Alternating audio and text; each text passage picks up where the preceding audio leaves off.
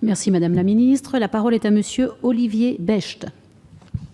Merci Madame la Présidente. Madame la Ministre, le gouvernement a annoncé sa volonté de mettre en œuvre les engagements du Président de la République en matière de réforme des institutions.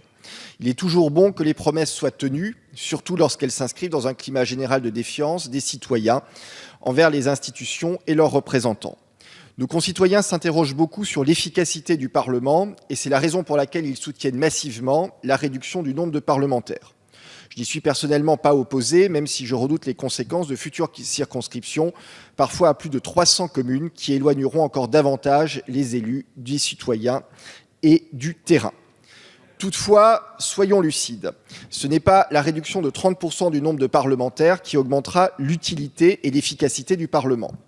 Peut-être faut-il se demander si le constat sévère dressé par nos concitoyens ne vient pas finalement d'un excès de rationalisation du parlementarisme. Le contexte et les exigences de ce début du XXIe siècle ne sont plus ceux de 1958. Plus que jamais, les Français ont besoin aujourd'hui de comprendre les enjeux et les défis de notre monde, d'en débattre dans la proximité, d'être associés aux choix qui sont faits et de contrôler réellement sur le terrain l'usage et l'efficacité des impôts qu'ils payent. Notre République a besoin d'action, c'est le rôle du gouvernement. Elle a aussi besoin de dialogue et de temps pour que chacun puisse s'exprimer avant la décision collective, c'est le rôle du Parlement. Comme le rappelait l'un des pères de la démocratie moderne, Thomas Jefferson, le dialogue constructif ne doit pas nuire à l'action, au contraire, c'est la condition pour que la décision soit acceptée sans violence. Ma question est donc simple, quelles mesures le gouvernement compte-t-il prendre pour rappeler que si la démocratie n'a pas de prix, elle a un coût, et à travers le Parlement, pour mieux associer nos concitoyens au débat et au contrôle de l'action publique. Je vous remercie. Merci Monsieur le député. La parole est à Madame la Ministre. Monsieur le député Becht, vous avez raison. Je crois qu'il est parfois nécessaire de prendre le temps du dialogue pour qu'une décision puisse être acceptée et donc adoptée sans violence institutionnelle. Vous avez eu raison, je crois, de dire cela. Alors, dans la Constitution, je voudrais rappeler, enfin, dans le projet de révision, il y a deux éléments peut-être qui nous donnent ce temps. Il y a au sein du Parlement le travail renforcé que l'on veut permettre de développer en commission.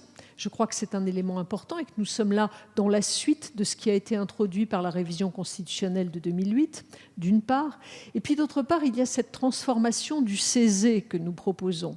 Le CESE qui, vous le savez, avec ses 300 et quelques membres, 305 et qui aura maintenant 155 membres, connaîtra une nouvelle appellation, ce qui veut dire de nouvelles fonctions.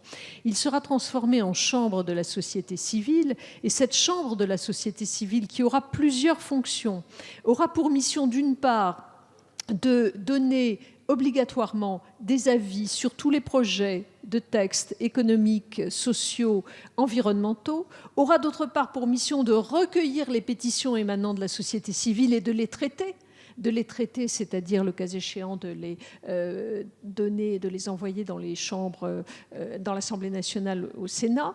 Et il y aura, me semble-t-il, une nouvelle participation de la société civile au débat que nous avons. Je crois que ce sera en quelque sorte une chambre du long terme et cela pourra éclairer la réflexion que vous aurez à conduire au sein du Parlement et dont nous pourrons ensemble bénéficier.